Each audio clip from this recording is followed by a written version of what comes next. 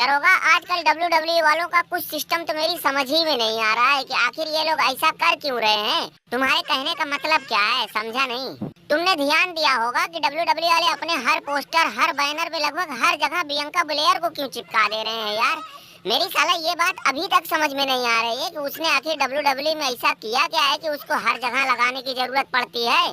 थोड़ा आगे पीछे देख कर ये सब बातें किया करो। देख रहे हो पीछे ब्लैक मांबा कैसे बैठा हुआ है।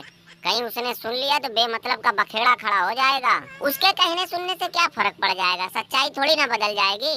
खैर इसे छोड़ो, हटाओ। और दूसरा मुझे उस सुफड़ी वाले चमगादड़ चमनलाल का सिस्टम समझ में नहीं आ रहा है कि WWE वालों ने आखिर उसे यूएस चैंपियनशिप दी ही क्यों। हाँ ये चीज तो मैंने भी नोटिस की है। ऐसा लगता है कि WWE वालों ने यूएस चैंपियनशिप की चमनलाल के नाम रजिस्ट्री कर दी है। अरे यार वो कब का चैंपियनशिप जीता है, नया टैलेंट है, उसे लगभग हर हफ्ते शो पे लेकर आना चाहिए। एक दो हफ्ते के बाद उससे चैंपियनशिप भी डिफेंड करवानी चाहिए। लेकिन ना, साफ साफ देखा जा सकता है कि ये सारा खेल पैसे का है। मुझे तो लग रहा है कि प्राइम ड्रिंक की स्पॉन्सरशिप इस चमनलाल ने WWE वालों को दी ही इसीलिए कि इनका मुंह बंद रहे। और सबसे मेन बात यह है कि WWE वाले आजकल टैलेंट पे नहीं, सिर्फ पैसा कमाने पे ध्यान दे रहे हैं। हालांकि ये चीज बहुत ज्यादा दिनों तक नहीं चलती है कि आप भीड़ जुटाकर दूसरों को बेवकूफ बनाकर अपनी जेब भरते रहें। आज नहीं तो कल इस चीज पे ब्रेक लगेगा ही लगेगा। कहने को कोई कुछ भी कहे कि फ्रांस से WWE वालों को बहुत अच्छा रिएक्शन मिला, वहाँ का क्राउड बहुत बढ़िया था। भाई साहब वहाँ पहली बार कोई इतना बड़ा इवेंट हुआ था, वो सब सिर्फ भेड़ बकरी की तरह चिल्ला रहे थे और कुछ नहीं। ये तो तुम्हारी बात बिल्कुल सही है कि WWE आजकल सिर्फ पैसे पे ध्यान दे रहे हैं, टैलेंट पर तो उनका बिल्कुल ध्यान ही नहीं है। ये चीज एक दिन इनके ऊपर बैकफायर जरूर करेगी, करेगी ही करेगी। छोड़ो हटाओ इन सब बातों को। अगर हम लोग इस पर बात करने लगे तो हफ्ता गुजर जाएगा लेकिन बात नहीं खत्म होगी। तुम अपना बताओ कि तुम कब तक आ रहे हो। मेरा अभी कोई भरोसा नहीं है। लेकिन यहाँ तो यार सोलो सिकोवा और उसकी गैंग ने पूरे WWE में तबाही मचा रखी है। मुझे सबसे ज्यादा तरस पॉल हेमन के ऊपर आ रहा है कि वो बेचारा उनके चंगुल में ऐसा फंस गया है कि ना उनके साथ रह सकता है ना उन्हें छोड़ के जा भी सकता है। बैक क्लास वाला वीडियो तो तुमने भी देखा होगा। लेमन चाचा तुम्हारी उम्र का लिहाज कर रहे हैं, देखो आइंदा से ऐसी गलती ना होने पाए, नहीं तो फिर इसका अंजाम बहुत बुरा होगा। भाई मैंने तुम्हारा क्या बिगाड़ा है, मेरी हालत तो वैसे सांप छछूंदर जैसी हो गई है। बिगाड़ा तो कुछ नहीं है, वैसे भी तुम हमारा बिगाड़ भी क्या पाओगे। लेकिन बैक क्लास में जब हमारा और जे ऊसो का आमना सामना हुआ था तो उसके बाद तुम कैसा मुंह बनाकर जे ऊसो की तरफ देख रहे थे वो हमने सब देखा। तुम्हारे कहने का मतलब क्या था कि हम तुम्हारे साथ अत्याचार कर रहे हैं। मैं साफ साफ कह देता हूँ कि तुम रहोगे तो हमारे ही साथ, चाहे तुम हंस के रहो या रो के। तुम दोनों हमारा पीछा छोड़ोगे कि ना बे। जब देखो तब पेटुओं की तरह तुम्हारी निगाह हमारे प्लेट में ही रहती है।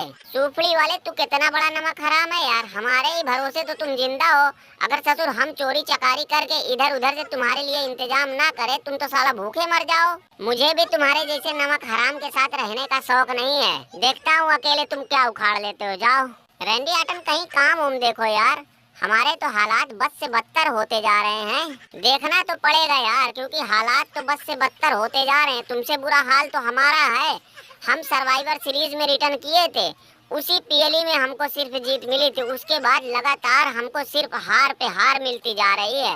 मतलब कुछ दिनों तक अगर यही हाल हमारा और रहा तो फिर साला हम कहीं के नहीं रह जाएंगे। इसीलिए मैं बोल रहा हूँ कि जितना जल्दी हो सके यहाँ से चलो, चल के कोई दूसरा काम धंधा देखते हैं। रैंडी आटन इस केविन ओवन के चक्कर में रहोगे तो तुम्हारा और ज्यादा सत्यानाश होगा। एजे स्टाइला ये गलत बात है, बिल्कुल गलत बात है। दो दोस्तों के बीच में ये लकड़ी लगाना बंद करो और तुम हमारी छोड़ो, अपनी फिक्र करो। सुना है कि WWE वाले तुम्हें एक बार फिर बकरा बनाने की तैयारी में हैं।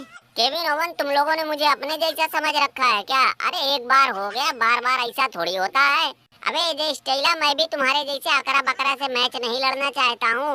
मैं साला लंबू लुलुआ द ग्रेट से मैच लड़ने चाहता हूँ। मुझे लुलुआ शुरू से ही बहुत पसंद था।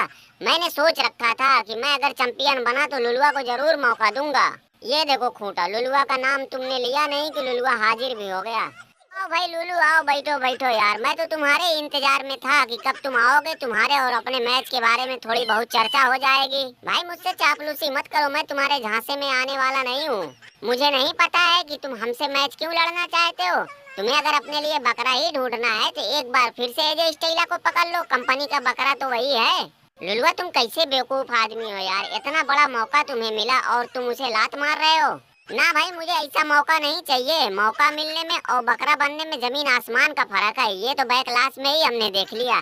जे उसो को चैंपियनशिप के लिए मौका मिला था तो तुमने देखा होगा कि जे उसो और डेमियन प्रीस्ट का मैच कितना जोरदार हुआ था। लेकिन एजे स्टाइला तो सिर्फ बकरा बनने गया था।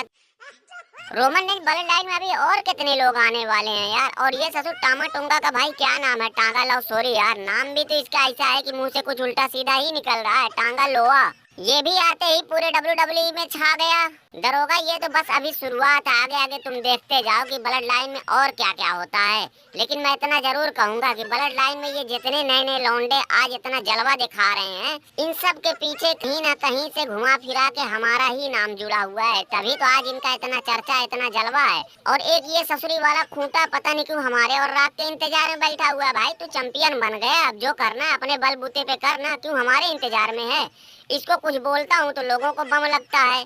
अच्छा, मैं तो रेसलमेनिया के बाद से कंपनी में हूँ भी नहीं, फिर भी देखो ना पूरी ब्लड लाइन की स्टोरी कैसे चल रही है। सिर्फ हमारे नाम की ही देन है कि आज सोलो सिकोवा जैसा हगनुआ इतना ओवर हो गया। सही बात है यार, ये खूंटा कब तक दूसरे के सहारे जिएगा। मेन बात ये है कि इसको चैंपियनशिप इसके टैलेंट के बेस पे तो दी नहीं गई, सिर्फ मार्केटिंग और बिजनेस को देखते हुए ही इसे चैंपियन बनाया गया ना। ऐसे आदमी से अब हम क्या उम्मीद कर सकते हैं। ससुर बिना इंजन की गाड़ी सिर्फ ढलान पर ही चल सकती है, चढ़ाई कभी नहीं चढ़ सकती। खूंटा वही है, बिना इंजन की गाड़ी।